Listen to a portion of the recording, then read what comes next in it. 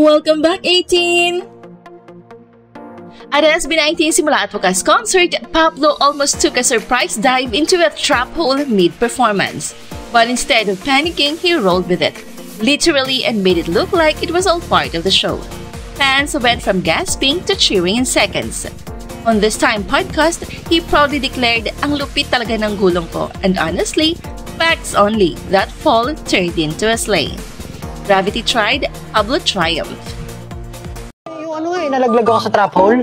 Ay, ano yun, ma? Trapdoor? Talagang inisip ko, ba't ako nalaglag? Bakit ako mapak doon? Ay, ma. Alam mo naman, parang... alam ko naman. Tapos tinatanong, bakit kasi hindi bumukas yun? Tinatanong ko, bakit hindi bumukas? Naisip mo rin ba, ba't ako tinitigan lang ni Ken? pero sabi ko rin, ang lupit ko doon, ang ganda ng gulong ko. Dalawa kami mahulog doon. Kapdo dalisay ka doon eh. Flashback.